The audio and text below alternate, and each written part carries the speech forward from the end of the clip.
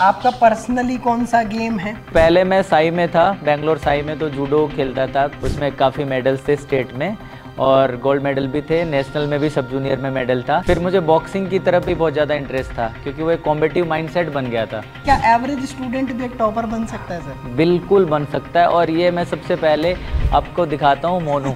10 साल पहले, ठीक 10 साल पहले सर, 2015 में मेरी एंट्री हुई थी एक बच्चे के रूप में, 12वीं का बच्चा। आप उस टाइम पे 3rd ईयर में थे सर। आपकी क्या सोच थी इस बच्चे को देख के? आपको कैसा लगा था? पहला इम्पैक्ट कैसा था आपको? सबसे पहला तो ये था कि जैसे हम नॉर्थ ईस्ट में तो गुवाहाटी में, तो सबसे पहले तो ये लगा कि चलो हमारे साइड का उधर का एक बच्चा है, इसका ध्यान रखना अच्छे से कि चीज़ें सीखे। आपने कितने एग्ज़ाम दिए हिंदुस्तान में? कितने क्वालिफाई किए हैं? कौन कौन से एग्ज़ाम दिए?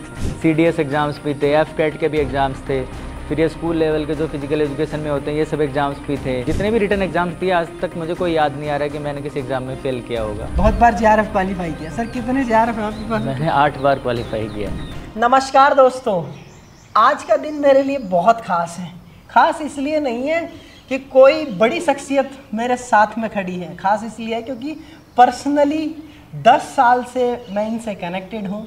मेरे फर्स्ट ईयर को लेके जब मैं शॉर्ट्स में और ऐसे ही जैसे छोटे बच्चे घूमते हैं ऐसे घूमता था, तब से ये मुझे जानते हैं, मेरे खुद आइडियल रह चुके हैं और अभी भी मैं इनसे बहुत सारी चीज़ें सीखता रहता हूँ और बहुत सारी यादें जुड़ी हुई हैं इनसे। बहुत सारी चीज़ें इन्हें बतानी है आज जो आप लोगों को गाइड कर पाएंगे। और छोटी मोटी शख्सियत भी नहीं है ये। इन्होंने अपने टाइम पे BPED में गोल्ड मेडल, MPED में, साथ ही साथ में आपके PhD में टॉप किया। और तो और NSNIS डिप्लोमा में जब ये गए, NSNIS डिप्लोमा जब ये करने गए आपके, तब भी इन्होंने वहाँ पे भी टॉप किया। तो स्वागत करते हैं डॉक्टर संदीप चौधरी सर, जो कि पोस्टेड हैं असिस्टेंट प्रोफेसर की पोस्ट पे in the sports university of Haryana. Welcome sir. Thank you Monu. सबसे पहले तो मैं मोनू को वेलकम करता हूँ स्पोर्ट्स यूनिवर्सिटी में, और ये पहली बार आ रहा है मोनू। और सबसे बड़ी बात, ये मेरा जूनियर ही नहीं, मेरा छोटा भाई भी है। हम सब ने अपनी जर्नी शुरुआत की थी LNIP गुवाहाटी में, उसके बाद से सब अपने अपने रास्ते पे चलते चलते यहाँ पहुँच गए हैं। मैं यहाँ पे पहुँचा हुआ हूँ। मोनू को तो आप सब लोग जानते ही होंगे कि फ़िज़िकल एजुकेशन में कितना अच्छा काम कर रहा है, सब लोगों को पढ़ा रहा है, सब लोगों को नौकरी लगाने में मदद कर रहा है। तो मोनू आपका स्वागत है स्पोर्ट्स यूनिवर्सिटी में। सर देखो, आपने बहुत कुछ पाया है ज़िंदगी में और वो एक अलग माइंडसेट क्या होता है टॉपर्स का, वो भी जानेंगे आज। कैसे आपने इतने सारे एग्ज़ाम क्रैक किए वो भी जानेंगे। लेकिन आप पहले तो ये बताओ सर, ज़ीरो से जब आपने फ़िज़िकल एजुकेशन के बारे में कभी सोचा, तो ज़ीरो से कैसे आपने स्क्रैच से स्टार्ट करा? कहाँ से आपकी जर्नी स्टार्ट हुई सर? हाँ, सबसे पहले तो जैसे मैं मिलिट्री स्कूल में पढ़ा हूँ, मिलिट्री स्कूल बेंगलोर में, तो वहाँ का ऑब्जेक्टिव होता है कि डिफेंस में, आर्म्ड फोर्सेस में ऑफिसर बनना होता है। उसके बाद मैं 10th के बाद वहाँ से पिलानी में आया बिरला स्कूल में। तब भी एक माइंडसेट था कि इंजीनियर बनना है, क्योंकि उस टाइम इंजीनियरिंग की बहुत ज़्यादा डिमांड थी और सब लोग इंजीनियर की तरफ जा रहे थे। तो मैंने 12th क्लास होने के बाद 1 साल BTech भी किया कंप्यूटर साइंस में।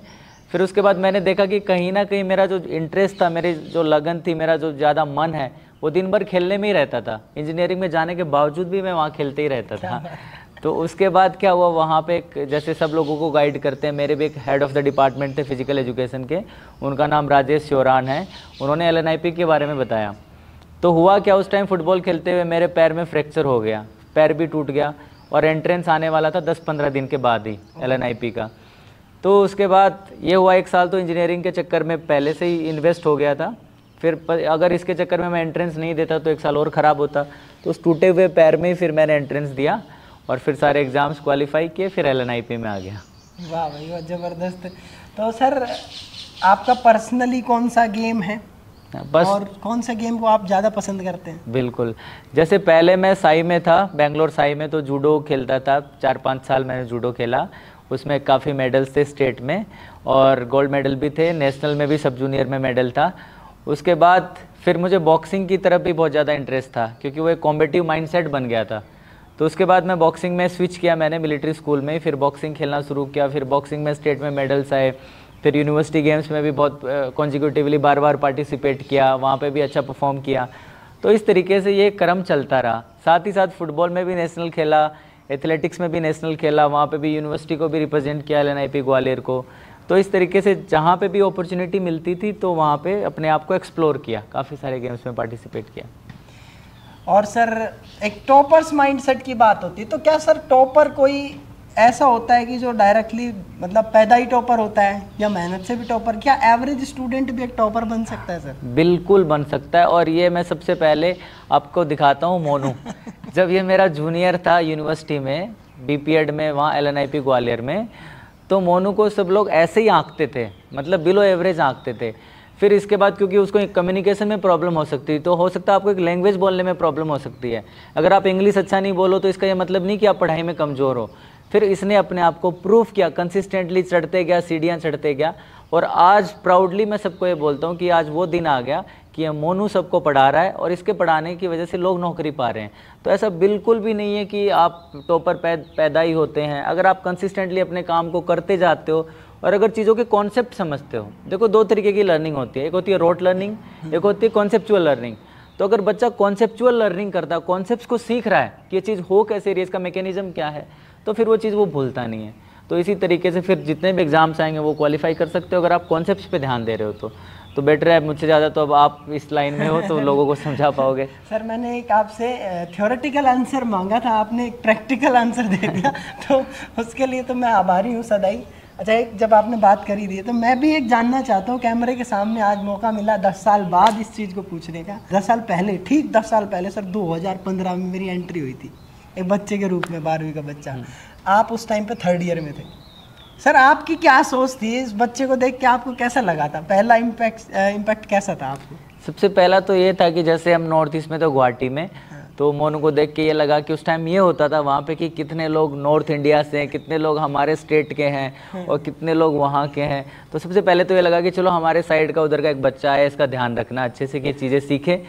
फिर धीरे धीरे वहाँ पे मतलब एक सिस्टम ही ऐसा सेट हो रखा है, ऐसा बना हुआ है कि आप जब एक्सप्लोर करते हो नई नई चीज़ें, सीनियर्स की डांट भी सुनते हो, कई बार मार पिटाई भी होती है, तो आप अपने आप को इवॉल्व करते जाते हो, एक अच्छा बेहतर इंसान बनते जाते हो। तो मैंने देखा फिर आप मोनू ने भी ये चीज़ें फेस करनी शुरू करी, पनिशमेंट भी खाना शुरू करा, कंप्लेंट्स भी होती थी, रोना धोना भी होता था, पर वो एक प्रोसेस थी एक बेटर बनने की। तो इसीलिए वो प्रोसेस के थ्रू चलते गए, जहाँ सपोर्ट की ज़रूरत पड़ी वहाँ सपोर्ट भी दिया। और वहाँ पे इंटर हाउस का बड़ा अच्छा मैकेनिज़्म था। तो ये मोनू दूसरे हाउस में था तालीमारन में, मैं लचित हाउस में था, तो वो भी बड़ी अच्छी राइवलरी चलती रहती थी। तो उस चक्कर में कई बार इसका बड़ा मजाकिया नेचर था, तो मजाक में जैसे गेम्स होने से पहले चिढ़ाने आ जाता था कि इस बार हम जीतेंगे। तो ये सारा क्रम चलते रहता था। पर मुझे बड़ा अच्छा लगा कि एक तो इसने अपने आप को किसी भी गलत संगत में नहीं डाला, क्योंकि वहाँ पे कई तरीके के ग्रुप्स होते हैं। तो आप अगर किसी दूसरे ग्रुप के साथ बैठ गए हो, वहाँ पे ड्रिंक कर रहे हो, ये कर रहे हो, तो आप एक डाइवर्ट हो जाते हो अपने पाथ से। तो इसने मेहनत का पाथ चुना। इसका एक मदीन बड़ा अच्छा दोस्त था जूडो का ही, तो हाँ बड़ा अच्छा दोस्त है। तो ये सब लोग मतलब मेहनत करते रहते थे, जूडो में भी अपनी बहुत ज़्यादा मेहनत करते थे और साथ में पढ़ाई में। इसने अपने आप को जो किया है आज जिस लेवल पे पहुंचा है, उसके लिए मैं तहे दिल से इसका आभारी हूँ और सब लोगों को प्रेरित करता हूँ कि आपको वहाँ से वहाँ पहुँचने के लिए ये प्रेरणा लेनी चाहिए। Thank you so much sir इतने अच्छे वर्ड्स के लिए। और बाकी तो सर मेरे को बहुत अच्छे से जानते हैं, शुरू से ही जब मेरी एंट्री हुई थी तो मतलब बड़ा जैसे चंचल बच्चा होता है ना, एकदम इसको यूनिवर्सिटी में खुला छोड़ देते हैं बच्चों को, माँ बाप नहीं है एकदम खुला छोड़ दिया, वैसे टाइप का था मैं। लेकिन राइट पाथ में भी देखता था सर को, सर बहुत मेहनती थे। और सर को शायद याद नहीं है, मेरे को याद है सर अंदर एक बार पढ़ रहे थे, मैं एक बार इंसिडेंस बताता हूँ सर आपको। तो मैंने पूछा था सर ये क्या पढ़ रहे हो आप? तो कह रहे ये मसल के नाम। मैंने कहा सर अच्छा हमारे शरीर में कितनी क्या मसल होती है? कह रहा तू मेरे को जगह छू के बता, मैं तेरे को उधर का मसल का नाम बता दूंगा। जो मैंने क्लास में भी बताया कि मेरे एक सीनियर थे, वो यही सीनियर है। तो मैंने कहा और सारे शरीर की मसल याद है आपको? कह रहा मेरे को सारे शरीर की मसल याद है, बोन याद है। मैं कह रहा यार गजब है। तो फिर मैं सोचता था मैं भी एक दिन याद करूँगा। तो सर आज मुझे भी याद है। नहीं बिल्कुल सही बात है। आज तो मोनू को मसल ही याद नहीं है, ये 24-24 घंटे की मैराथन्स भी लेता है, जो लोगों को ये लगता है कि ये तो इम्पॉसिबल है। अब 24 घंटे कोई पढ़ सकता है कि अगर कोई आदमी पढ़ नहीं सकता कंटिन्यू, तो एक टीचर पढ़ा रहा है 24 घंटे, तो ये कितनी बड़ी बात है। तो मोनू आप मसल ही नहीं, आप तो सब लोगों को गाइड कर रहे हो। और मैं कई बार लोगों को ये चीज़ बोलता हूँ कि मैं उस आदमी को इसलिए बहुत ज़्यादा रिस्पेक्ट करता हूँ क्योंकि उसने जीरो से स्टार्ट करके यहाँ पे पहुँचा है। तो इसके लिए ढेर सारी अप्रिसिएशन है आपको। Thank you so much sir. अब बहुत सारी और जर्नी के बारे में भी जानेंगे। बच्चों को सर नेट में दिक्कत आती है, सेट में दिक्कत आती है, बाकी टीजीटी पीजीटी के एग्ज़ाम्स में दिक्कत आती है, असिस्टेंट प्रोफेसर के में दिक्कत आती है। हमने सारे एग्ज़ाम दिए, सारे क्वालिफाई के। सर आपने बहुत बार नेट दिया है, बहुत बार JRF क्वालिफाई किया। सर कितने JRF है आपके पास? मैंने 8 बार क्वालिफाई किया है। 8 बार सोच रहे हो आप? तो सर 8 बार का सीक्रेट बता दो एक तो बच्चों को, कुछ 5 मुख्य बातें जो बच्चों को ध्यान रखनी है, और हर बार कैसे आप इतना क्वालिफाई कर पा रहे थे? देखो, सबसे पहली चीज़ मैं आपको ये बताता हूँ कि जब मैंने BPED पढ़ना शुरू किया उसी टाइम से कॉन्सेप्ट्स पढ़ने शुरू करे, कभी भी चीज़ें रटी नहीं। यही कारण था कि मैं BPED में भी गोल्ड मेडलिस्ट बना, MPED में भी, और हर जगह पे गोल्ड मेडलिस्ट बना, क्योंकि मैंने कॉन्सेप्ट्स को सीखा, मैंने रोट लर्निंग नहीं करी। तो एक सबसे बड़ा सीक्रेट है कि आपको कॉन्सेप्ट्स पढ़ने पड़ेंगे। दूसरी चीज़, आपकी कंसिस्टेंसी होनी चाहिए। ऐसा नहीं है कि आप ये सोचो कि 2 महीने पढ़ लूँगा और मैं नेट JRF कर लूँगा। वो कई बार होता है कि तुक्के में हो भी जाता आपका, बट आपको एक कंसिस्टेंट पैटर्न फॉलो करना पड़ेगा। आपको प्लान करना पड़ेगा अपना टाइम कि कौन से सब्जेक्ट को मैं कितना टाइम दूँ, और उसी हिसाब से आपको अपनी प्लानिंग के तहत काम करना पड़ेगा। ये कोई एक दिन का अफेयर नहीं है, एक लॉन्ग प्रोसेस है। हो सकता है जब मैंने BPED में अपने सारे कॉन्सेप्ट्स ठीक करे तो मुझे 4 साल लगी, और सारे कॉम्पिटिटिव एग्जाम्स उसके बाद आए थे। तो कभी भी मुझे कॉम्पिटिटिव एग्जाम्स के लिए पढ़ने की ज़रूरत ही नहीं होती थी, मैं ऐसे ही जाता था मुंह उठा के, तो भी क्वालिफाई हो जाते थे, क्योंकि वो 4 साल की कंसिस्टेंसी थी। सबसे पहली चीज़। दूसरी चीज़ ये है कि जब भी आप कॉम्पिटिटिव एग्जाम दोगे तो आपको अपने बारे में एक एनालिसिस करना होता है। फॉर एग्जाम्पल, एक बार आपने एग्जाम दिया, पास नहीं हो पाए, तो जैसे एग्जाम खत्म हुआ आप वापस आओ, आप ये चेक करो कि कौन कौन से सब्जेक्ट्स में आपके कितने क्वेश्चंस ठीक हैं, कौन से सब्जेक्ट में कितने गलत हैं। वो आपको एक आइडिया देगा कि कौन से सब्जेक्ट पे आपको ज़्यादा मेहनत करनी है। हो सकता है मुझे लगता हो कि भाई मैं बायोमैकेनिक्स मुझे बहुत अच्छे से आता है, फिजियोलॉजी आता है, और जब मैं एग्जाम दे के आया तो देखा सबसे ज़्यादा क्वेश्चन मेरे बायोमैकेनिक्स के ही गलत हैं, सबसे ज़्यादा फिजियोलॉजी के गलत हैं। तो हो सकता है मुझे वो कॉन्सेप्ट्स को दोबारा रिवाइज करना पड़ेगा। तो इस तरीके से आपको एक नीड एनालिसिस करनी पड़ेगी कि कहाँ स्कोप है काम करने का, कौन से एरिया में मुझे काम करना, ये भी एक बड़ा पॉइंट है। तो आपको इस पर भी ध्यान देना पड़ेगा।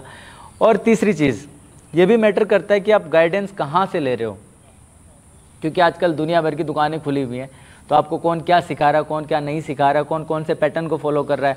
हो सकता है आज किसी दूसरे टाइप के क्वेश्चंस आ रहे हो, जहाँ पे आप पढ़ रहे हो वो किसी ओल्ड पैटर्न को फॉलो कर रहे हो। तो आप कहाँ से गाइडेंस ले रहे हो, ये भी बहुत ज़्यादा मैटर करता है। तो ये सारे कुछ चीज़ें हैं जिनको आपको करना पड़ेगा अपने अंदर। और सबसे जो बड़ा पॉइंट है वो ये है कि आपको अपना टाइम को मैनेज करना इफेक्टिवली, और आपको कंसिस्टेंटली काम करना पड़ेगा। ये कोई एक दिन का अफेयर नहीं है। बहुत ही बेहतरीन बातें, अब तक के इंटरव्यू मैंने बहुतों के लिए, लेकिन सबसे बेहतरीन बातें आपने जो बताई स्टूडेंट को गाइड कर रहे हो। क्योंकि सर आप करंट में अभी पोस्टेड हो, मतलब अभी रिसेंटली 2-3 साल ही सर आप लगे हुए लगातार। और सर आपने कितने एग्ज़ाम दिए हिंदुस्तान में, कितने क्वालिफाई किए हैं, कौन कौन से एग्ज़ाम दिए हैं सर? मैंने काफ़ी सारे एग्ज़ाम्स दिए हैं, जैसे जितने भी एग्ज़ाम दिए आज तक with the blessings of God, जैसे NDA भी थे, CDS एग्ज़ाम्स भी थे, FCAT के भी एग्ज़ाम्स थे, फिर ये स्कूल लेवल के जो फिजिकल एजुकेशन में होते हैं ये सब एग्ज़ाम्स भी थे, असिस्टेंट प्रोफेसर के लिए भी थे। तो जितने भी रिटन एग्ज़ाम्स दिए आज तक मुझे कोई याद नहीं आ रहा है कि मैंने किसी एग्ज़ाम में फ़ेल किया होगा। तो जितने भी दिए वो सारे एग्ज़ाम मैंने आज तक क्वालिफाई किए रिटन। और मैं एक चीज़ और बताऊँ कि SSBs के लिए भी मैंने 14 टाइम्स, ये चीज़ मैं आपको इसलिए बता रहा हूँ क्योंकि मैं उन्होंने ये बड़ाई कर दी कि मैंने ये क्वालिफाई किया। मैंने आर्मी, एयरफोर्स और नेवी के जो SSBs होते हैं 14 टाइम्स फेल किया है। मतलब बार बार रिटन एग्ज़ाम पास किया, फिर इंटरव्यूज़ के लिए जाना होता था, फिर वहाँ पे फिर से एक बार फेल, फिर से नेक्स्ट टाइम फिर से जाओ। तो वो रिजेलियंस था, बार बार जाना, उसने कहीं ना कहीं मेरे मेंटल टफनेस को और ज़्यादा स्ट्रॉन्ग बनाया। और उसके बाद ये हुआ कि फियर ऑफ फेलियर तो है ही नहीं, चलो कोई बात नहीं, फेल हो गए तो एक और अपॉर्चुनिटी है। तो फेल मतलब कोई फेलियर नहीं है, वो एक नेक्स्ट अपॉर्चुनिटी है। तो इस तरीके से जितने भी एग्ज़ाम्स दिए वो सारे ही पास किए हैं। तो एज सच ये तो गॉड की भी ब्लेसिंग्स है, और हाँ कंसिस्टेंसी का फैक्टर भी है, क्योंकि वो आपने प्रोवर्ब सुनी होगी ना, भगवान उसी की हेल्प करता है जो मेहनत करता है। तो अगर आप मेहनत नहीं करोगे तो एक्सपेक्ट मत करो कि भगवान आपकी मदद करने आएगा।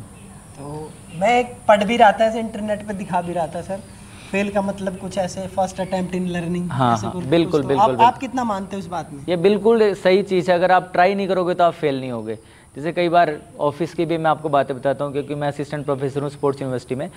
तो कई बार ऐसा होता है कि आपको डांट सुनने को मिलती हैं। वो डांट सुनने को इसलिए मिलती है क्योंकि आप कुछ ना कुछ ट्राई कर रहे हो, कुछ काम कर रहे हो। अगर आप काम ही नहीं करोगे, शांत बैठ जाओगे साइड में, फिर आपकी इससे गलतियाँ ही नहीं होंगी। तो इसलिए गलतियाँ करो, ज़्यादा से ज़्यादा बार फेल हो जाओ। आप ओलंपिक्स में देखो, खिलाड़ी खेलने जाता है, पहले ओलंपिक में फेल होता है, मेडल नहीं आता, दूसरे में हो सकता है फेल हो गया, मेडल नहीं आता, तीसरे में जाके मेडल लेके आता है। तो उसकी सारी लर्निंग अपॉर्चुनिटीज़ हैं। वो फेलियर नाम का कुछ एग्जिस्ट ही नहीं करता है। फेलियर का मतलब ये है कि आप कोई प्रैक्टिस कर रहे हो और वहाँ से आप टेक अवेज ले रहे हो कि मुझे इन चीज़ों पे और काम करना है, ये चीज़ें करने से चीज़ें ठीक नहीं होगा, मुझे और थोड़ी मेहनत करनी पड़ेगी। जैसे ओलंपिक्स में आपको मेडल लेके आना है, तो मिनिमम एक क्राइटेरिया कि आपको 10,000 आवर्स ऑफ प्रैक्टिस करना पड़ेगा, अराउंड 10 साल का स्पेन है उसमें वो गुजारना पड़ेगा, तब जाके ओलंपिक मेडल तक पहुंचते हैं। तो आपको वो करना पड़ेगा। कहीं ना कहीं आपने अगर 6 साल किया है फिर जाके आपको लगता है कि आप फेल हो गए, तो आप फेल नहीं हो गए हो, वो और डिमांड कर रहा है चीज़। जब आप उसको पूरा करोगे तो आपको चीज़ मिल जाएगी। तो फेलियर नाम का ऐसा कुछ कॉन्सेप्ट एग्जिस्ट नहीं करता है। क्या बात है सर, एक तो ज़बरदस्त बातें बता दी आप लोगों को। सर 8 बार JRF करना, मैं एक थोड़ा सा अगर और एस्पिरेंट्स के नज़रिए से सोचूं कि आपका एक बार JRF हो गया तो आपने वो बेनिफिट जो लेना था वो एक बार में भी उतना मिलेगा सर, 8 बार में भी उतना मिलेगा।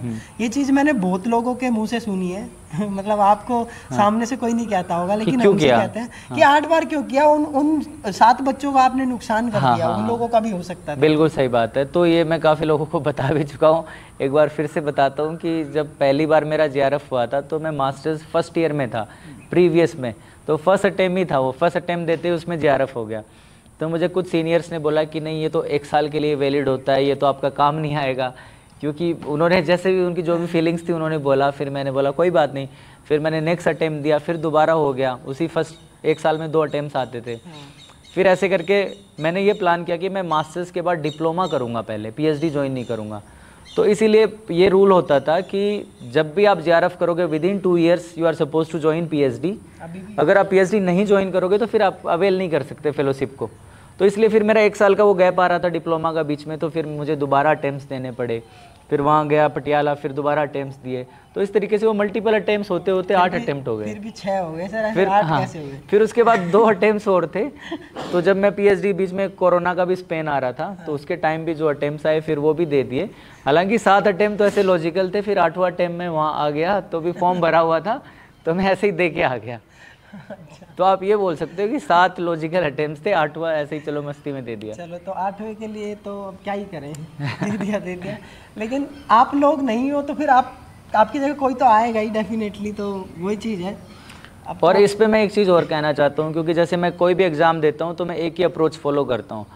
फॉर एग्जांपल वहाँ पे आई है 50 सीट, UR कैटेगरी की फॉर एग्जांपल 50 सीट है, तो उसमें मैं ये इमेजिन करता हूँ कि 1 सीट मेरी है, 49 बाकी जिसकी भी हो। तो इस तरीके से कहीं यूनिवर्सिटी में भी रिक्रूटमेंट के लिए जाता हूँ, सपोज वहाँ 2 ही सीट है, तो मैं ये इमेजिन करता हूँ, मेरा ये माइंडसेट होता है कि 1 सीट इज़ फॉर मी और 1 पे बाकी चाहे कोई भी आए। तो इस तरीके से आपको अपने माइंडसेट को भी बनाना पड़ेगा और इस तरीके से फिर अपने आप को उस अप्रोच को भी फॉलो करना पड़ेगा। क्या बात है, ज़बरदस्त। जो 1% माइंडसेट वाली फीलिंग है वो तभी जाके एक इंसान ना ऑर्डिनरी से एक्स्ट्रा ऑर्डिनरी बनता है, तो ऐसे ही नहीं बनता है। बाकी सारी चीज़ें आपने बताई, इतनी सारी अच्छी चीज़ें बताई। अब अपने बारे में भी कुछ बताओ सर। सुबह से शाम तक का आप असिस्टेंट प्रोफेसर की पोस्ट पे हैं, सुबह से शाम तक का क्या रूटीन रहता है यहाँ पे? देखो मोनू, ऐसा है, स्पोर्ट्स यूनिवर्सिटी ऑफ हरियाणा एक बडिंग यूनिवर्सिटी है। 2023 में ही शुरू हुई ये, तो मैं यहाँ सितंबर 2023 में आया। वहाँ आने के बाद अभी हमारे ऑनरेबल वाइस चांसलर है श्री अशोक कुमार, जो पहले DGP थे उत्तराखंड में, IPS हैं वो रिटायर्ड, तो वो आए फिर 2024 में। तो ऐसा होता था जब भी कोई यूनिवर्सिटी बनती है तो बहुत ज़्यादा वर्कलोड होता है, तो हमें टीचिंग का पार्ट भी देखना पड़ता है, कोचिंग का भी देखना होता है और साथ ही साथ एडमिनिस्ट्रेटिव वर्क भी देखना होता है। तो काफ़ी सारे एडमिनिस्ट्रेटिव वर्क्स हैं, जैसे मैं PRO का भी काम देखा, ऑफिस का काफ़ी काम देखा, IT का भी मेरे पास चार्ज है, फिर उसके बाद ट्रेनिंग एंड प्लेसमेंट ऑफिसर का चार्ज है, इंट्राम्यूरल डायरेक्टर भी था, फिर आउटडोर एक्टिविटी का भी इंचार्ज, थ्योरी क्लासेस भी लेनी होती हैं। तो ऐसे करके काफ़ी अच्छा खासा लोड है।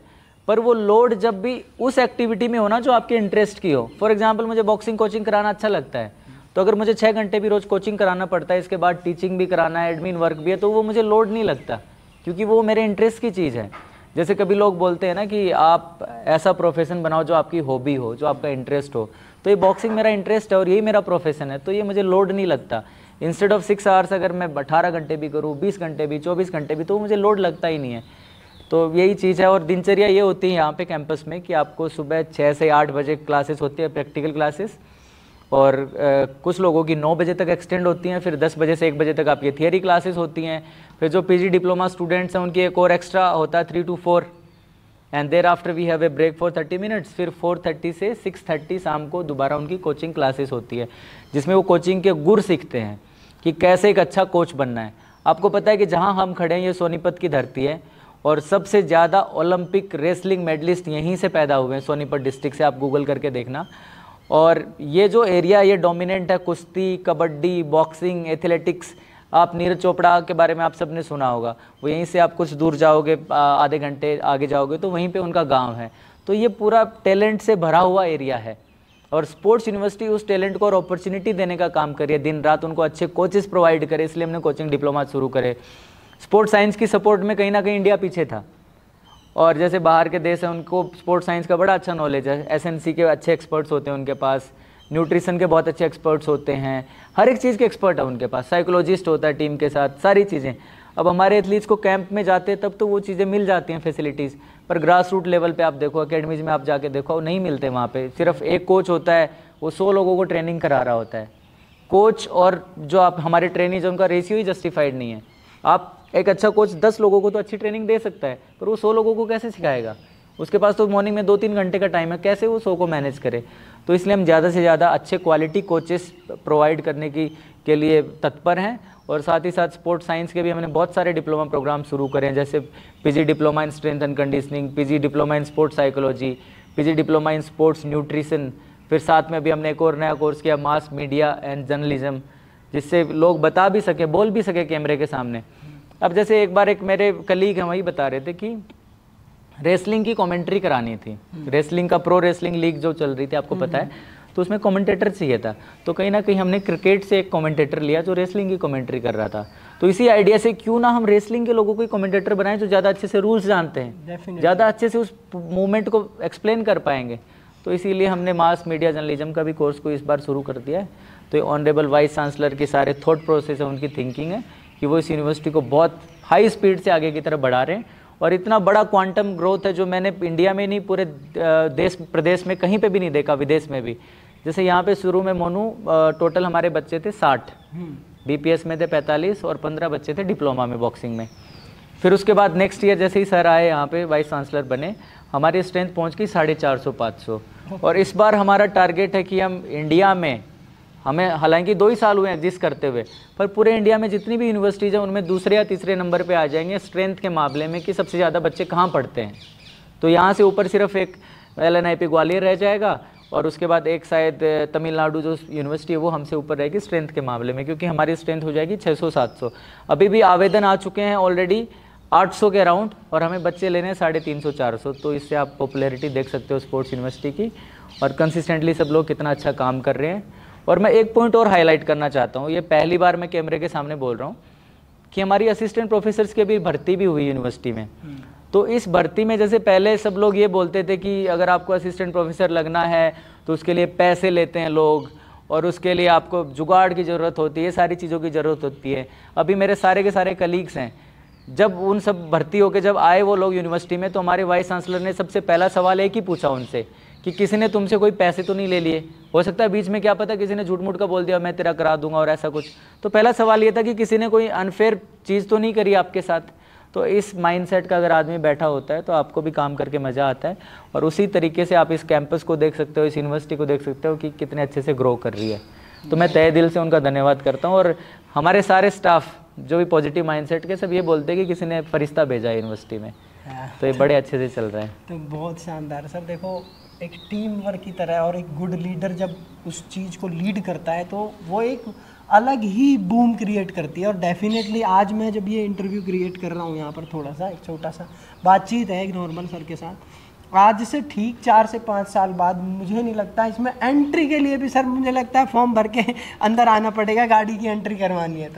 तो आज तो हम आ गए सर, लेकिन कोई बच्चा अगर यहाँ पढ़ना चाहता है, हाँ, तो आज समझ लेते हैं कि एडमिशन का प्रोसेस क्या रहता है आपका स्पोर्ट्स यूनिवर्सिटी ऑफ हरियाणा में। तो सर के मुंह से ही जान लेते हैं सर।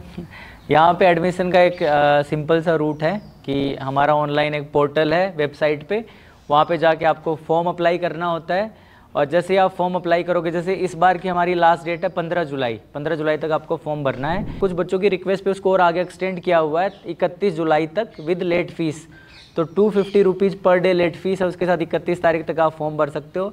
उसके बाद फिर जो हमारे अंडर ग्रेजुएट प्रोग्राम्स है BPS और BSc स्पोर्ट्स साइंस और MPS, उन सब में हम सिर्फ एक कैनेडियन टेस्ट लेंगे, फिजिकल फिटनेस का जो कैनेडियन टेस्ट होता है, तो वो भी सिर्फ क्वालिफाइंग नेचर का है। अगर आपने टेस्ट को क्वालिफाई कर लिया तो आप एलिजिबल हो यहाँ का पार्ट बनने के लिए, हिस्सा बनने के लिए।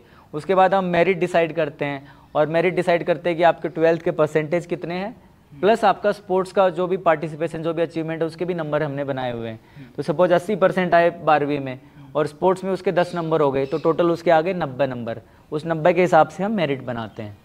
और दूसरी चीज़, जैसे कि स्पोर्ट्स और एजुकेशन स्टेट का सब्जेक्ट है, तो हमारे यहाँ पे जो 85% सीट्स है वो हरियाणा के लोगों के लिए, हरियाणा के रेसिडेंट्स के लिए हैं। तो मैं फिर से अनुरोध करता हूँ कि हरियाणा के जितने ज़्यादा से ज़्यादा खिलाड़ी हैं, जितने ज़्यादा से ज़्यादा फिजिकल एजुकेशन में इंटरेस्ट रखते हैं, वो सब लोग जल्दी से जल्दी फॉर्म भरें। बाकी जो पीजी डिप्लोमा प्रोग्राम्स हैं हमारे, PG diploma in sports coaching, तो उसमें क्या करना होता है, उसमें हमने एक ऑफर फिजिकल फिटनेस टेस्ट लगाया हुआ है, जिसमें सारे कंपोनेंट्स हैं, वो उसको इंडिविजुअली पास करने हैं। साथ में एक स्किल टेस्ट है, जिसमें उसकी गेम की प्रोफिशिएंसी देखते हैं हम, स्पोर्ट्स प्रोफिशिएंसी की, कितना अच्छा वो उसकी टेक्निक है, टैक्टिस है, एप्टीट्यूड है, कितना अच्छा खेला हुआ है, तो सारे मूवमेंट्स हम देखते हैं। साथ ही साथ हमने एक रिटन टेस्ट भी रखा हुआ है, क्योंकि आजकल कोचिंग ऐसा मामला नहीं है कि कोई भी आया और डंडा घुमा के कोच बन गया, 5000 सपाटे चल भाई। हाँ, सपाटे वाला वो कोचिंग का आजकल है नहीं एप्टीट्यूड। तो इसीलिए उसको पढ़ाई लिखाई का भी अच्छा खासा नॉलेज हो, और उसको एक सीखने के लिए उसका ब्रेन हो, बुद्धि उसकी ऐसे हो कि कोई चीज़ सिखाई जाए तो वो सीख जाए। क्योंकि कई ऐसे भी लोग आते हैं, जैसे यहाँ 1 साल का ही पीरियड है सिर्फ कोचिंग का, उसमें आपको बहुत सारी चीज़ों को बदलना पड़ता है, उसकी पर्सनालिटी बदलना पड़ता है, थॉट प्रोसेस बदलना पड़ता है। हो सकता है वो पिछले 10 साल से कुछ गलत ट्रेनिंग कर रहा हो, और वही गलत ट्रेनिंग उसको ये लगता है कि यही सही ट्रेनिंग है, और वो आगे जाके भी वही इंप्लीमेंट करता है अपने बच्चों को। वो ये बोलता है कि जी मैंने तो ऐसी ट्रेनिंग करी और ऐसी ट्रेनिंग करके मैं नेशनल खेल लिया या मैं नेशनल में मेडल जीत गया। तो इसका ये मतलब नहीं है कि आप ओलंपिक में गोल्ड मेडल जीत गए हो, और अगर ओलंपिक में गोल्ड मेडल जीत गए हो तो भी ट्रेनिंग बहुत डायनामिक है। आपको पता है ट्रेनिंग कितनी साइंटिफिक और डायनामिक है। आज आप जो चीज़ कर रहे हो सकता है आज ठीक हो, कल हो सकता है उससे बेटर एक्सरसाइज आ जाए जो ज़्यादा अच्छा मसल एक्टिवेशन कर रही है उस पर्टिकुलर चीज़ का। अब जैसे कोई वाइड रेंज पुशअप करता है, कोई क्लोज पुशअप करता है, तो अलग अलग मसल पे उसका इफेक्ट जाता है। तो ऐसे ज़रूरी नहीं है ना कि आप जो भी काम कर रहे हो वो सही था या आगे नया जो काम करना है वो गलत है। तो हमेशा अपने आप को लेटेस्ट नॉलेज के साथ हम कोशिश करते हैं कि अपडेट रहे बच्चा। तो इस तरीके से ये सारे प्रोग्राम्स हैं। एक और है PG diploma in other disciplines, जिसमें एसएनसी है, स्पोर्ट्स जर्नलिज्म है, न्यूट्रिशन है, और साथ में फिर हमारा स्पोर्ट्स साइकोलॉजी है, स्पोर्ट्स मैनेजमेंट है। इन सारी चीज़ों के भी आवेदन शुरू हो चुके हैं। इसमें सिर्फ हम उसके ग्रेजुएशन के परसेंटेज देखते हैं और स्पोर्ट्स अचीवमेंट, उसके बेस पे डायरेक्ट एंट्री हो जाती है। ना कोई कैनेडियन टेस्ट है उनके लिए और ना ही कोई दूसरे स्किल टेस्ट है। बाकी सब एलिजिबिलिटीज के लिए आप लोग वेबसाइट विजिट कर लेना, प्रोस्पेक्टस भी अवेलेबल है। हाँ, प्रोस्पेक्टस उस पर अवेलेबल है। सर ने बहुत बेहतरीन बात बताई, अभी एक बीच में आपने सुनी होगी कि हम पे जो चीज़ लागू हुई है ज़रूरी नहीं वो सब पे लागू हो जाए। इसको हम अनसाइंटिफिक रिसर्च में भी पढ़ते हैं sir, unscientific ways of research. उसमें एक हम टेनिसिटी पढ़ते हैं सर, इंट्यूजन पढ़ते हैं। बिल्कुल। तो सारी चीज़ है कि भाई हमें लग रहा है भाई मैंने तो नहीं देखा पृथ्वी कहीं से भी गोल है, तो ये तो सीधी है, सपाट है, पृथ्वी कहीं गोल है ही नहीं। क्यों? मैंने नहीं देखा, मेरे दादा ने नहीं देखा, मेरी दादी ने नहीं देखा, सबने सीधी देखी है, तो होते ही नहीं है पृथ्वी गोल। तो इस टाइप की अगर कोचिंग मेंटलिटी तुम लेके आओगे और इस टाइप के कोच बनोगे कि अरे कुछ ना होता, रिकवरी पिकवरी कुछ ना, देसी घी में सारा प्रोटीन है सर। तो ऐसे भी आते हैं, कई सारे आते हैं, हर तरीके के लोग आते हैं। तो उनको बदलना ही सबसे बड़ा हमारे लिए चैलेंज होता है। क्योंकि जैसे मोनू ने बहुत अच्छी बात करी रिकवरी की, अब ट्रेनिंग लोड जितना इंपॉर्टेंट है उससे भी मैं ज़्यादा इंपॉर्टेंट बताता हूँ रिकवरी को, क्योंकि रिकवरी आपको नेक्स्ट सेशन के लिए तैयार करेगी कि कितना लोड लेना है, इंजरीज होंगी नहीं होंगी वो रिकवरी पे डिपेंडेंट है। तो रिकवरी तो बहुत ही ज़्यादा ज़रूरी है। इसलिए वो देसी ट्रेनिंग छोड़ो कि हमें 5 लाख सपाटे मारने हैं या 10 लाख मारने हैं, और साइंटिफिक अप्रोच को फॉलो करेंगे तो हम प्लेयर्स को सेफ रख पाएंगे और उनसे ज़्यादा अच्छी ट्रेनिंग, ऑप्टिमम ट्रेनिंग लोड देंगे तो अच्छी परफॉर्मेंस एक्सपेक्ट कर सकते हैं। क्या बात है। मैं चाहता हूँ कि सर आप भी एक यूट्यूब चैनल बनाओ जिसमें अच्छे से गाइड करो बच्चों को और कोचिज़ को, जो बिल्कुल, क्योंकि आपका एक्सपीरियंस बहुत है सर। आप PEN-IS से जब डिप्लोमा करके आए हो तो फिर वहाँ पे जो चीज़ सीखने को मिली वो कितनी क्या कुछ अलग थी सर BPED से या MPED से, वो भी एक बार बता सकते हैं? बिल्कुल बिल्कुल, थैंक यू मोनू इतना अच्छा सवाल पूछने के लिए। जैसे ये था कि कुछ लोग क्या होता है कि प्योरली वही लोग जाते हैं डिप्लोमा करने जिनको कोच बनना होता है, पर मैं जब डिप्लोमा करने गया तो मेरा ऑब्जेक्टिव कोच बनने का नहीं था। मेरा ऑब्जेक्टिव ये था कि मैं और क्लोजली देखूं कि इंडियन स्पोर्ट्स में कहाँ पे प्रॉब्लम आ रही है, कहाँ पे कमियां आ रही हैं और उसका क्या समाधान सॉल्यूशन हो सकता है। तो सबसे बड़ी अच्छी चीज़ ये थी वहाँ पे कि जो भी हमारे ओलंपिक्स आने वाला था उस टाइम, टोक्यो ओलंपिक्स, उससे जस्ट पहले गया था मैं, तो वहाँ पे नेशनल कैंप्स लगा हुआ था ओलंपिक्स के लिए। तो वहाँ पे देखा कि किस तरीके की ट्रेनिंग हो रही है, किस तरीके का अप्रोच फॉलो हो रहा है, कैसे पीरियोडाइज प्लान्स बनाए जा रहे हैं, और जब बहुत कम दिन बचे ओलंपिक से पहले तब कैसे चीज़ें ठीक हो रही हैं, बीच में कोविड का फेज आ गया था। तो उन सारी चीज़ों में ये देखा कि क्या क्या प्लेयर्स को प्रॉब्लम्स आ रही है और कैसे उसका सॉल्यूशन होता है और हमें किन किन चीज़ों पे ध्यान देना है कि इंडियन स्पोर्ट्स को हम और ऊपर लेके जा सके। तो ये सबसे बड़ी अपॉर्चुनिटी थी वहाँ पे। फिर दूसरा, मुझे वहाँ पे एक आदमी ने मजाक के तौर पे बोला, क्या हुआ वहाँ पे फर्स्ट सेमेस्टर का डिप्लोमा का रिजल्ट आया, तो उसमें रिजल्ट आने से पहले की बात है कि वहाँ LNIP ग्वालियर के मेरे और भी बहुत सारे दोस्त पढ़ते थे, तो सब ने बच्चों में ऐसे ही हल्ला मचा दिया मोनू कि यहाँ पे तो डिप्लोमा में संदीप टॉप करेगा। हाँ। तो फिर ये बात उड़ते उड़ते किसी भी आदमी के पास पहुँची जिसका मैं नाम नहीं बोलना चाहता। हाँ। तो उन्होंने एक मतलब बड़ी महफिल में ये बोला कि संदीप हमें ना कुत्ता पालना चाहिए, बिल्ली पालनी चाहिए, पर भैम नहीं पालना चाहिए। अच्छा। तो ऐसा बोला ये चीज़, तो इसने मुझे बड़ा ट्रिगर किया, पर कोई नहीं, मैं बिल्कुल चुप रहा। उसके बाद जब हमारा फर्स्ट सेमेस्टर का रिजल्ट आया तो रिजल्ट कार्ड में देखा कि हर एक सब्जेक्ट में मैं ही फर्स्ट था, और ना सिर्फ बॉक्सिंग में बल्कि सारे डिप्लोमाज में, जितने भी डिप्लोमाज होते थे, जितने भी गेम होते हैं, हर गेम के जो डिप्लोमा करने जाते हैं। हाँ, और इवन बेंगलोर सेंटर में भी, और जो तीसरा हमारा एक और कोलकाता सेंटर है त्रिवेंद्र में, इन सब में तो ओवरऑल मेरे हाईएस्ट नंबर थे। फिर उसके बाद क्या हुआ, सेकंड सेमेस्टर भी जब हुआ उसके बाद भी मेरे ओवरऑल हाईएस्ट थे, और जो सेकंड वाला था उससे काफ़ी परसेंटेज का डिफरेंस था, हो सकता है 7-8 परसेंटेज का डिफरेंस हो। तो उसके बाद उसी आदमी का सबसे पहले मेरे पास फ़ोन आया। अच्छा। कि अरे मुझे तो पता ही था तू करेगा ऐसे करके। तो ये मैं आपको इसलिए बता रहा हूँ क्योंकि लोग आपको कुछ भी बोले ना, हाँ। तो उससे विचलित नहीं होना है। कई बार आपको पैर नीचे की तरफ खींचेंगे, बोलेंगे कि ये तेरे बस की बात नहीं है, हाँ। पर जब आप अपने आप को प्रूव कर दोगे तो फिर वही लोग आपकी सपोर्ट में खड़े हो जाएंगे। तो इसीलिए आपको एक एग्जांपल मैं मोनू का भी बता रहा हूँ। जब इसने YouTube चैनल शुरू करा, पढ़ाना शुरू करा, तो कई लोगों ने ऐसे ही मजाक के तौर पे बोला होगा कि मोनू क्या पढ़ाएगा, मोनू क्या पढ़ाएगा, और आज हो सकता है वो लोग खुद भी उस कोचिंग सेंटर्स में पढ़ रहे हो। नहीं, मुझे फोन आते हैं, भाई वो तेरा वो कोर्स लेना था। हाँ हाँ, तो ये तो मैं हेल्पलाइन नंबर दे देता हूँ, बात कर लेना। तो मतलब सर सच बता रहा हूँ कि कोई और अगर हो ना, जैसे आपका माइंडसेट है, ऐसे ही थोड़ा बहुत मेरा भी है कि कोई और अगर हो ना तो बहुत गुस्से से उसको जवाब दे। मैं जवाब ही नहीं देता सर, मैं बात ही नहीं करता उस चीज़ के बारे में, क्योंकि कोई सोचता है कि मैं ईंट का जवाब पत्थर से दूं। मेरी फिलोसॉफी बिल्कुल अलग है ना, मैं ईंट का जवाब पत्थर से नहीं देता, मैं चुप रहता हूँ और रिजल्ट अपने आप बता देता है। बिल्कुल। और जो मोनू ने चीज़ बोली ना, इसी को बोलते हैं इमोशनल इंटेलिजेंस। ये एक बहुत बड़ा कॉन्सेप्ट है, बहुत अच्छा कॉन्सेप्ट है, क्योंकि अगर आपका IQ अच्छा है ना, आप इंटेलिजेंट हो, मेंटल IQ अगर आपका अच्छा है, तो वो आपको कोई एग्ज़ाम पास करवा सकता है, पर आपको बहुत आगे तक लेके जाएगा इमोशनल इंटेलिजेंस। आपको हर एक चीज़ पे रिएक्ट करना नहीं होता है। कोई अगर आपको गाली दे के जा रहा है तो छोटा मोटा तो थोड़ी ना आप टाइम वेस्ट करोगे उसके साथ वो बहस में उलझ के। तो आपको इमोशनली इंटेलिजेंट होना पड़ेगा। वो आपने कहावत सबने सुनी, हाथी वाली और कुत्ते वाली। तो हाथी को अपने रास्ते पे चलते रहता है और लोग भौंकते रहते हैं, तो ये सब चलता रहेगा, ये ऑनगोइंग प्रोसेस है। अगर आप रुक के वहाँ पे करोगे, हो सकता है आप अपने टारगेट पे पहुँचने में डिले हो जाओ। तो इसीलिए ये सारी चीज़ें चलती रहती है और इमोशनल इंटेलिजेंस बहुत ज़रूरी है। तो इस मोनू की सक्सेस में भी एक बड़ा फैक्टर है इमोशनल इंटेलिजेंस का। तो वो जो भी लोग देख रहे हैं, आप भी अपने आप को इमोशनली इंटेलिजेंट बनाओ, तो आपके लिए कोई भी सक्सेस दूर नहीं रहेगी। फिर क्या बात है सर, ज़बरदस्त बात है सर की एग्जाम्पल के साथ रहती है हमेशा ही। तो ऐसा प्रैक्टिकल आदमी जो आपने देखा है अभी, तो मतलब खुद भी सर काफ़ी अच्छे एक्टिव रहे हैं, काफ़ी चीज़ें बताई सर ने, डिप्लोमा के बारे में बताई, सारी चीज़ें बताई। सर कुछ सवाल और मेरे पास हैं, मेरे को उसके लिए निकालना पड़ेगा हथियार। बिल्कुल। मैंने आज तक किसी के लिए हथियार यूज़ नहीं किया, लेकिन भाई अब देखो इतने बड़ी शख्सियत है तो फिर हथियार यूज़ करना पड़ेगा सर। तो सर आपको कभी ऐसा लगा कि भाई मुझे ड्रॉप ले लेना चाहिए या फिजिकल एजुकेशन में मुझे अब नहीं करना है यार, इस तरीके से डिमोटिवेशन वाली फीलिंग? नहीं, डिमोटिवेशन तो कभी नहीं हुआ। बीच बीच में ये आया, कई लोगों ने बोला कि तू इंटेलिजेंट है और तुझे सिविल सर्विसेज ट्राई करना चाहिए, इस तरफ जाना चाहिए। तो ऐसे काफ़ी लोग थे बोलने वाले। फिर मैंने जो लोग ऑलरेडी सिविल सर्विसेज से, जिन लोगों ने रिटायरमेंट लिया, ऐसे जो एक्सपर्ट्स थे, उनसे बात किया। फिर उन्होंने बोला कि तुम इस फील्ड में बहुत आगे निकल गए हो और इस फील्ड में तुम ऑलरेडी अच्छा कर रहे हो और बहुत अच्छा कर सकते हो, तुम्हें अच्छी रिकग्निशन मिलेगी। तो अगर आप सिविल सर्विसेज में अभी ज्वाइन करोगे तो हो सकता है आपके प्रमोशंस होते होते आप उस टॉप पोजीशन पे भी ना पहुंच पाओ, क्योंकि ऑलरेडी यू आर 28-29।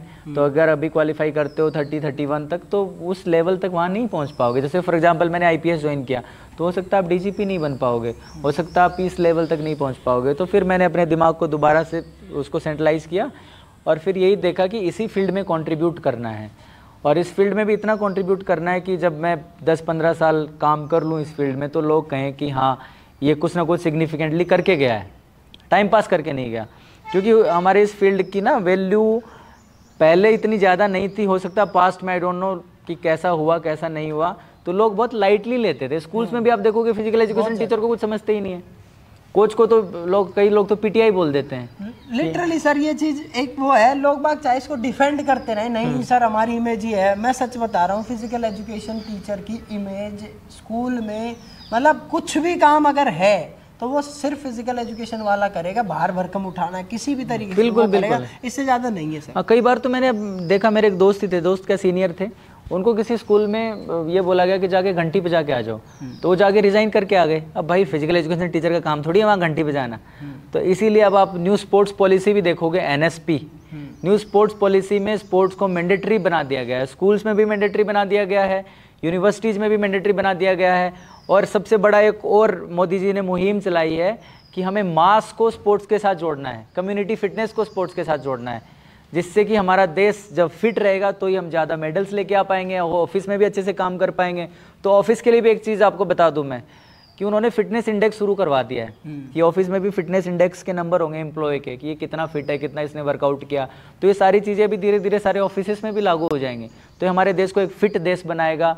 और न्यू स्पोर्ट्स पॉलिसी के लिए मैं जितना भी धन्यवाद करूँ उतना ही कम है, क्योंकि ये स्पोर्ट्स एक मेन स्ट्रीम में आ गया है। इससे पहले स्पोर्ट्स फिजिकल एजुकेशन को क्या समझते थे, और फिजिक्स का क्लास आ गया, फिजिक्स की क्लास करो, स्पोर्ट्स की क्लास आ गई, उसको कोई भी यूज कर लेता था, कोई बात नहीं, तुम हमारे में देखो, हाँ, मैथ पढ़ा लेंगे तो आजकल अब ऐसा नहीं है, स्पोर्ट्स एक मेन स्ट्रीम उस प्लेटफॉर्म पे पहुंच गया है। स्पोर्ट्स इंडस्ट्री 24% से ग्रो कर रही है, जो बाकी कोई भी इंडस्ट्री नहीं कर रही।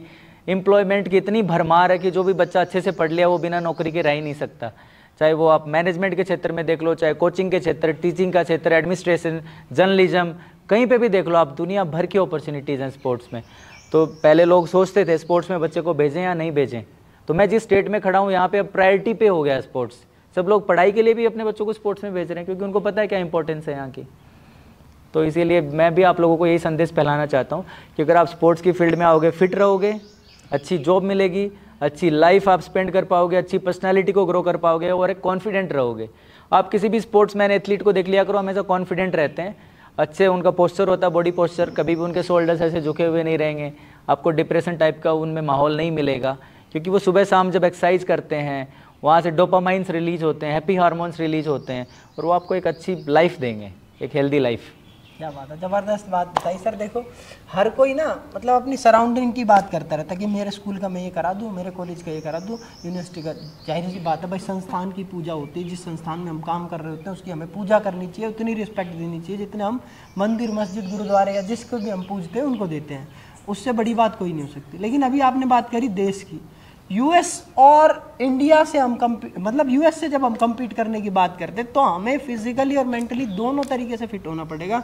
तो क्या वो 5 बातें जो आप बच्चों को बताना चाहेंगे, जो पेरेंट्स हैं उनको सिखा सकते हैं कि भाई तुम अपने पेरेंट्स को ये सिखाओ या तुम अपनी लाइफ में ऐसे फॉलो करो इन चीज़ों को? सबसे पहली चीज़ तो आप बच्चों को स्पोर्ट्स के साथ जोड़ो। पहली चीज़, आपके अगर छोटे भी बच्चे हैं जो एक्टिव होते हैं तो उनको किस तरीके की एक्टिविटीज़ में लेके जाना है, ये आप अपने कोच से सजेशंस लो, क्योंकि स्टार्टिंग में जो पीरियड होता है वो होता है एक मल्टीलेटरल डेवलपमेंट का। आपको कोऑर्डिनेटिव एबिलिटीज़ पे काम करना पड़ेगा, आपको किन किन चीज़ों पे हो सकता है डांस क्लास ज्वाइन करनी ज़्यादा अच्छी एडवाइजेबल हो, जिम्नास्टिक क्लास ज़्यादा उसके लिए एडवाइजेबल हो।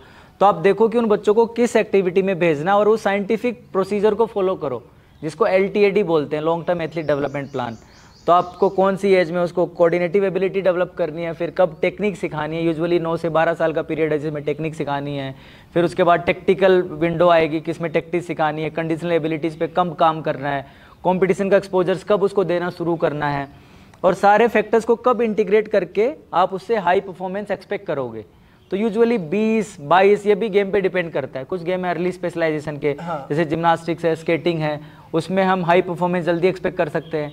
कुछ गेम्स है जो लेट स्पेशलाइजेशन के, मोस्टली 90% गेम्स लेट स्पेशलाइजेशन वाले हैं, तो उसमें आप एक्सपेक्ट करो हाई परफॉर्मेंस 22 साल के बाद, क्योंकि वो सीनियर लेवल पे आते हुए जब 3-4 साल खेल लेगा, एक्सपीरियंस हो जाएगा, उसके बाद हम उससे एक्सपेक्ट करेंगे कि वो हाईएस्ट और हमें अच्छी परफॉर्मेंस दे। उससे पहले ही लोग जूनियर, सब जूनियर लेवल पे बर्न आउट कर देते हैं खिलाड़ी को। मतलब कोच का ये माइंडसेट हो रखा है कि मुझे तो मेडल चाहिए बस। अब उस सब जूनियर और जूनियर के मेडल का करोगे क्या, कोई रेलेवेंस ही नहीं है, कोई यूज ही नहीं है। वो जो डेवलपमेंट की विंडो थी, कहीं ना कहीं इसमें सिर्फ कोच की गलती नहीं होती, पेरेंट्स का भी प्रेशर आता है। किसी एकेडमी में ट्रेनिंग कर रहा होता है खिलाड़ी, तो उसके पेरेंट्स आएंगे, बोलेंगे जी यहाँ तो रिजल्ट ही नहीं आ रहा, मेरे बच्चे को 2 साल हो गए यहाँ ट्रेनिंग करते हुए, मैं तो दूसरी एकेडमी में लेके जा रहा हूँ। तो वो कोचेस के ऊपर भी बर्डन होता है। तो इसीलिए आपको long term athlete development plan parents को फॉलो करना चाहिए। उनको ये देखना चाहिए कि 9 से 12 की एज में है तो मुझे गोल्ड मेडल नहीं चाहिए, मुझे बेस्ट टेक्निक चाहिए कि मेरे बच्चा टेक्निक कितनी अच्छी सीख गया। ये वाली विंडो तो उसमें मुझे टेक्टिकल एप्लीकेशन चाहिए कि टेक्टिक्स कितने अच्छे से अप्लाई कर पा रहा है, उसकी स्ट्रेंथ में क्या गेन आ रहा है, उसकी फ्लेक्सिबिलिटी मोबिलिटी में क्या गेन आ रहा है। तो ये सारी चीज़ों को एज स्पेसिफिक जो चीज़ें उनको चेक करो, ना कि मेडल्स को। तो ये दूसरी बड़ी चीज़ है। तीसरी चीज़ ये कि हमारा देश, हम कुछ ही स्पोर्ट्स पे फोकस करते हैं। जैसे आप देखोगे ओलंपिक्स में भी हमारा ज़्यादा फोकस होता है, कुछ रेसलिंग हो गया, फिर बॉक्सिंग हो गया, शूटिंग हो गया, या कुछ सेलेक्टिव गेम है जो हमें मेडल दे रहे हैं और हम भी उन्हीं के ऊपर फोकस कर रहे हैं। पर कुछ ऐसी चीज़ें जिसमें बहुत ज़्यादा मेडल्स आ सकते हैं, जैसे स्विमिंग में इतने सारे इवेंट्स होते हैं, बहुत सारे इवेंट्स से ज़्यादा मेडल्स आ सकते हैं। तो इस तरीके के गेम्स पे हमें फोकस करना चाहिए। डाइविंग है, स्विमिंग है, जहाँ से ज़्यादा मेडल्स के लिए हम एक्सपेक्ट कर रहे हो, एथलेटिक्स के सारे इवेंट्स। तो यूएसए की आप कंटीजेंट देखा करो कितनी बड़ी आती है ओलंपिक्स में, और वो उन सारे गेम्स में मेडल्स आ रहे होते हैं जहाँ पे हमारे देश के लोग पार्टिसिपेट भी नहीं कर रहे होते हैं। तो अगर हमें स्पोर्ट्स पावर हाउस बनना है पूरी दुनिया का, तो हमें हमारा मास पार्टिसिपेशन होना चाहिए सारे गेम्स में। सारे गेम्स की एकेडमी खुलनी चाहिए, ना कि सिर्फ बॉक्सिंग, कुश्ती, कबड्डी और ये कुछ गेमों की एकेडमीज खुल गई। हमें हर एक गेम पे फोकस करना पड़ेगा।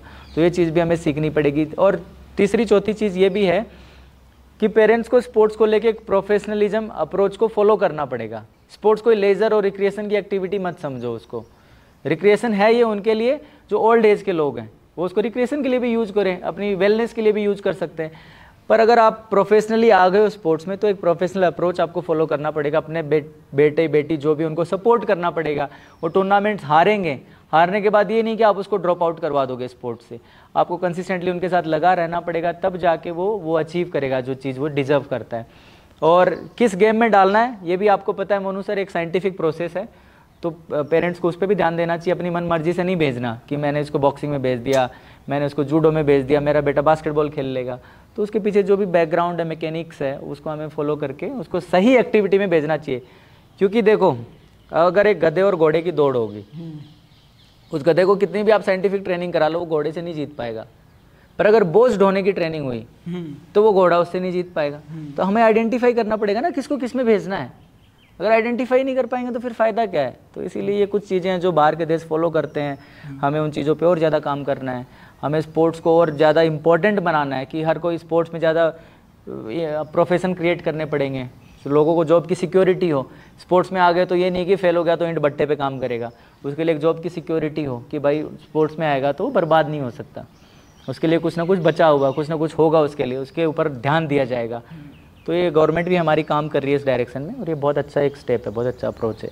क्या बात है, ज़बरदस्त बातें बताई सर ने। और कुछ सवाल पूछ लेता हूँ जी। कुछ बढ़िया बढ़िया सवाल थे से रिलेटेड। अभी देखो, पहले जब ये मेरा जूनियर था, मैं मीटिंग में इनके सवाल पूछता था, अभी ये मुझसे सवाल पूछ रहा है। ऐसे ही होता है गुरुजी। अच्छा, आपने एक दिन में कितने घंटे पढ़ाई करी? जब पढ़ने की बात आती है, कितने घंटे पढ़ते थे आप? हाँ बिल्कुल, तो ये जो मेरा आइडिया है, थॉट है, ये आप लोग फॉलो मत करना, क्योंकि मैं ज़्यादा पढ़ लेता था क्लास में, और जो भी कॉन्सेप्ट्स होते थे वो उसी टाइम वो कर लेते थे, क्योंकि मेरा ज़्यादा इंटरेस्ट होता था खेलने में, और दुनिया भर के कैंप्स में भी जाते रहता था। कभी एनसीसी के कैंप में चला गया, कभी जो हमारी यूनिवर्सिटी गेम्स के कैंप होते थे ग्वालियर में, वहाँ चला गया, कभी वहाँ चला गया। तो मैं इतना ज़्यादा कोई बियॉन्ड क्लासेस नहीं पढ़ता था, मतलब 1-2 घंटे पढ़ लिया तो पढ़ लिया, क्योंकि आपको पता है, इसको भी पता है, जिस यूनिवर्सिटी से पढ़ा है वहाँ पे डिनर के बाद होती थी मीटिंग्स, और उस मीटिंग्स में सीनियर लेके बैठे रहते थे 11-12 बजे तक, और सुबह फिर से जाना होता था 5-6 बजे। तो वहाँ कोई इतना पढ़ने का खास टाइम मिलता नहीं था उस टाइम। पर मास्टर डिग्री में जब मैं आया तो मास्टर डिग्री में थोड़ा टाइम मिलता है, वहाँ पे सीनियर हो जाते हैं। तो यूजुअली मेरा जो एवरेज ड्यूरेशन था वो 2-3 घंटे का था, इससे ज़्यादा कभी नहीं हुआ। बियॉन्ड क्लास टाइम, मतलब क्लास टाइम को छोड़ के आप 2-3 घंटे देखोगे तो उसके बियॉन्ड गया नहीं। तो ये भी इंडिविजुअल पे डिपेंड करेगा। अगर आपकी जो मेमोरी है वो शार्प है, जल्दी चीज़ों को आप समझ सकते हो, तो आपको कम टाइम में भी काम चल सकता है। हो सकता है कई बार आपको बार बार भी चीज़ें पढ़नी पड़ेंगी। तो ये आपका इंडिविजुअल अप्रोच होना चाहिए इसमें। क्या बात है। और कंसिस्टेंसी कितना मैटर करती है सर? हाँ, कंसिस्टेंसी बहुत ज़्यादा मैटर करती है।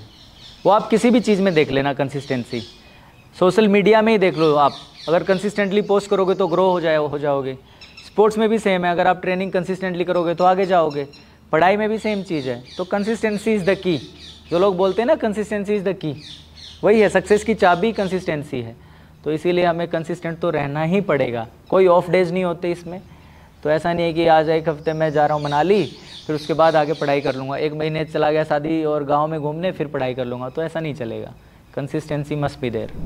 सारे सवाल हो गए सर, ज़्यादा ठीक है, मैं कुछ और बातें बता देता हूँ कि ये मतलब ये भी डाल लेना वीडियो में कि जब ये लोग वहाँ पे थे मेरे जूनियर, तो मैं ना वैसा वाला सीनियर था जो बहुत पीटता था। नहीं तो ऐसा नहीं, मुझे आज तक नहीं मारा। हाँ, तुझे नहीं मारा, बाकी जो तेरे वो हैं जैसे फौजीत IAS वीर और भी कई लोग थे मेरे हाउस के भी, तो वो भी इसलिए मतलब अब चीज़ें समझ में आती कि वो कितनी इंपॉर्टेंट थी, क्योंकि हमें भी हमारे सीनियर्स ऐसे ही वो एक रास्ते पे जब लेके आते हैं ना कि आपको ये सिस्टम फॉलो करना चाहिए। टीचर्स भी ऐसे ही हमें समझाते थे, ऐसे इस टाइप का अप्रोच फॉलो करते थे, तो वो बहुत बड़ा ज़रूरी था। और आजकल जब वो अप्रोच ख़त्म हो गया है ना, तो सिस्टम भी बहुत ज़्यादा डाइल्यूट हो रहा है। उतनी अच्छी फॉलोशिप नहीं है जितनी अच्छी होनी चाहिए थी। हालांकि मैं कोई कैपिटल पनिशमेंट के सपोर्ट में नहीं हूँ, लोगों को मारना पीटना नहीं चाहिए, बिल्कुल कानून के खिलाफ है। पर वो ना उस टाइम का एक सिस्टम होना चाहिए कि लोग फॉलो करें, वो हमारे सीनियर्स हमें जाने, जूनियर्स जाने। जैसे आज ये गुड़गांव से आए यहाँ पे मुझसे मिलने के लिए 2 घंटे गाड़ी चला के और उसके बाद यहाँ पे संडे के दिन ये पहना के खड़ा कर रखा है इधर बॉक्सिंग रिंग में। तो ये इसीलिए है कि वो एक अच्छा बॉन्ड था।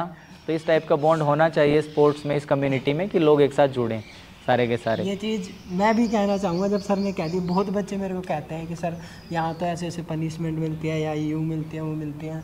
दोस्तों, अगर स्ट्रिक्ट रूल आर्मी में ना होना और हट जाए अगर आर्मी में, सच बता रहा हूँ, तो तुम और हम यहाँ सेफली खड़े ना हो। बिल्कुल। वो हर दिन सुबह उठ के ट्रेनिंग ना करें, हर दिन अपने हथियारों को ना चलाएं ना, तो जंग लग जाएगी उन हथियारों में भी। तो हर दिन वो ट्रेनिंग करते हैं, हर दिन वो चीज़, हर दिन उनका स्ट्रिक्ट शेड्यूल रहता है। और हर किसी को मन नहीं करता यार सुबह 4 बजे उठ के ट्रेनिंग करने का, आपको करना ही पड़ेगा। अगर सोचो आर्मी वाले, नेवी वाले, एयरफोर्स वाले, हमारे आर्म फोर्सेस सो गई मान लो सुबह 4 बजे, तो क्या हो जाएगा सर देश का? हाँ, बहुत बड़ा घमासान हो जाएगा, हड़कम मच जाएगा। तो इसी तरीके से हमारे कुछ कंक्लूडिंग नोट्स हैं मेरी तरफ से, ये है कि हमारा जो देश है वो टैलेंट का भरा हुआ है, कूट कूट के भरा हुआ है। सिर्फ हमें उसको एक्सप्लोर करना है, सही लोगों को सही अपॉर्चुनिटी देनी है। दूसरी चीज़, हमारे कोचेस खुद में इतने सक्षम हैं, बहुत ज़्यादा अच्छे कोचेस हैं हमारा स्पोर्ट साइंस का जो सपोर्ट स्टाफ है वो भी बहुत अच्छा है। पर हमें उनसे ज़्यादा और अपॉर्चुनिटीज़ देनी कि वो जाएँ, जो भी कंट्री अच्छा कर रहे हैं वहाँ से और ज़्यादा चीज़ें सीख के आएँ। जैसे US जाएँ, जापान जाएँ। जापान ने रेसलिंग में बहुत अच्छा परफॉर्म करा। चाइना से जो चाइना की अच्छी चीज़ है वो सीखनी चाहिए कि वो कैसे स्पोर्ट्स में इतना आगे बढ़ रहे हैं। तो जो भी टॉप नेशंस है, स्विमिंग के बारे में सीखना, ऑस्ट्रेलिया जाना चाहिए हमें। तो इस तरीके से हर एक देश में हमारे कोचेज जाएँ, उनकी चीज़ें सीखें, ना कि उनके कोचेस हमारे यहाँ पे अपॉइंट हो जाएं। उनके कोचेस तो यहाँ के आके अपॉइंट हो जाते हैं, 2-3 साल काम करके अपनी सैलरी लेके चले जाते हैं और वो इतना कुछ खास सिखाते भी नहीं है। तो बेटर है कि हमारे लोग वहाँ पे जाके कोर्स करके आएँ, पढ़ाई करके आएँ, फिर वो सारी चीज़ें उनकी टीम्स के साथ काम करके वो चीज़ें सीख के फिर हमारे यहाँ पे अप्लाई करें, इम्प्लीमेंट करें। और बाकी हमारे देश में टैलेंट की तो इतना कूट कूट के भरा, आप किसी भी क्षेत्र में देखो, नासा में देखो कितने % इंडियंस हैं, आप कॉर्पोरेट वर्ल्ड में देखो इंडिया कैसे क्या चला रहा है, तो हम स्पोर्ट्स में कैसे नहीं कर सकते। तो इसीलिए बस यही है कि हमारा देश टैलेंट का भरा हुआ है और हम सब लोगों को मिल के इसको आगे लेके जाना है। क्या बात है, ज़बरदस्त बात सर ने बता दी। मैं भी कुछ बातें जोड़ना चाहूँगा इसमें। अगर आप US देखोगे या कोई भी अदर कंट्री देखोगे, हर कोई चाहता है कि हमारे पास में हमारे देश के एम्प्लॉय ना हो के इंडियंस हो। सर एक मैं इंटरव्यू देख रहा था अभी, तो ज़्यादातर कंपनियों में जो है वो 70% इंडियंस काम कर रहे हैं, क्योंकि सर इंडियंस की खास बात है, एक तो वो डिसिप्लिन्ड है, डेडिकेटेड है और हार्ड वर्किंग है, और यही किसी कंपनी को ग्रो करने के लिए चाहिए, जो कि वहाँ के लोग नहीं है। बिल्कुल। तो हमारे जो टैलेंटेड हैं लोग वो दूसरी जगह भी चले जाते हैं सर, जैसे कॉर्पोरेट सेक्टर में हो गया, या गूगल की कंपनी होगी, या नासा होगी, और कोई अदर कंट्री होगी, या कोई भी कंपनी होगी, वहाँ चले जाते हैं। तो यहाँ के लोग यहीं रहें और ज़्यादातर रह के यहाँ काम करें, स्पोर्ट्स साइंसेज में डेवलप करवाएं, बाकी सारी चीज़ें करें, और सीखना चाहिए दूसरे जो देश हैं उनसे अच्छी बातें हमें सीखनी चाहिए। यही सर, आपने इतनी अच्छी बातें बताई, इतना और मैं मोनू सर ये भी कहना चाहता हूँ आपके इस वीडियो के माध्यम से कि हमारे जो कॉरपोरेट वर्ल्ड भी हैं, जो भी हमारे बड़े बड़े बिजनेस टाइकून्स हैं, अंबानी, अडानी, इन सबको भी CSR के थ्रू और एक पब्लिक प्राइवेट पार्टनरशिप है उसके तहत स्पोर्ट्स में जितना ज़्यादा हो सके कंट्रीब्यूट करना चाहिए। जैसे मैं तो ये आप लोगों से रिक्वेस्ट करता हूँ कि आप लोग एक स्पोर्ट्स को गोद ले लो और उसको आगे तक लेके जाओ। फॉर एग्जांपल किसी ने बॉक्सिंग रेसलिंग को ले लिया तो उसको आगे तक लेके जाओ, उनके प्लेयर्स का वेलफेयर देखो, हर क्या फैसिलिटीज़ दे सकते हैं। इस तरीके से हम अपने देश को स्पोर्ट्स में बहुत आगे तक बढ़ा सकते हैं। तो मेरी हम्बल रिक्वेस्ट है, जितने भी बड़े बिजनेस टाइकून्स हैं, अडानी, अंबानी, मित्तल ग्रुप्स और पिरामल ग्रुप्स, जितने भी लोग हैं, आप लोगों से यही हम रिक्वेस्ट ही कर सकते हैं कि आप लोग स्पोर्ट्स में आओ और ज़्यादा से ज़्यादा इनको प्रमोट करो कि हम स्पोर्ट्स में भी सुपर पावर बने। क्योंकि जो भी हमारे बड़े जो डेवलप्ड कंट्रीज है वो स्पोर्ट्स में बहुत अच्छा परफॉर्म करते हैं, चाहे यूएस देख लो, चाइना, जापान, इन सबको देखो। तो हम भी एक डेवलप्ड कंट्री बनने के कगार पे हैं। तो इसीलिए हमें भी अपने आप को स्पोर्ट्स में उस लेवल पे पहुंचना पड़ेगा, अपने देश को इतना फिट बनाना पड़ेगा कि हम हर एक तरीके से लड़ सकें, चाहे हमें फिजिकली लड़ना हो, चाहे मेंटली लड़ना हो, चाहे टेक्नोलॉजिकली लड़ना हो, तो हम हर तरीके से तैयार रहें हर एक सिचुएशन में। तो इस तरीके से हमें करना पड़ेगा। और वेस्ट के जो लोग हैं, यूरोप के कुछ लोग हैं, कुछ मोनू यूएस का जो कल्चर है उसने हमारा जो सोसाइटी का कई सारे चीज़ों को डिस्ट्रॉय भी किया, डिस्टर्ब भी किया है। जैसे आप लोग फूड की हैबिट्स देखोगे, हमारे यहाँ पे चाइनीज़ फूड आ गया। ये कहाँ से आया है? क्योंकि चाइना ने आके हमारा सिस्टम को डिस्टर्ब करा है। हम यूएस का फूड पैटर्न फॉलो करते हैं, बर्गर खा रहे होते हैं। यूरोपियन, क्योंकि वहाँ पे हमेशा ठंड रहती है तो वो हमेशा स्टोर्ड फूड को ही खाते हैं। तो हमारे यहाँ पे भी वो कल्चर लोग फॉलो कर रहे हैं, फूड हैबिट्स को डिस्टर्ब कर दिया है।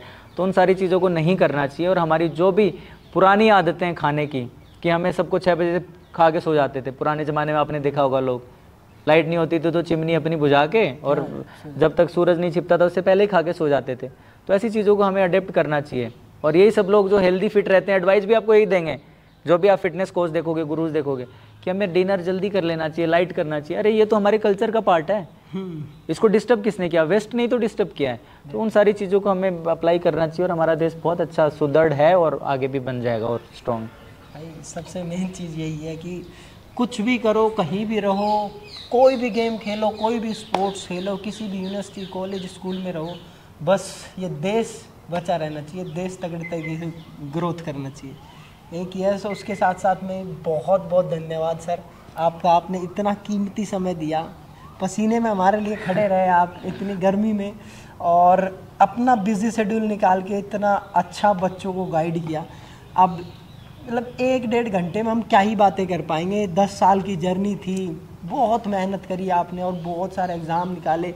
वो सारी बातें 1 घंटे 1.5 घंटे के इंटरव्यू में इम्पॉसिबल है भरना भाई। कुछ चीज़ें इम्पॉसिबल होती हैं, जैसे 1 घंटे में सारी बातें बताना।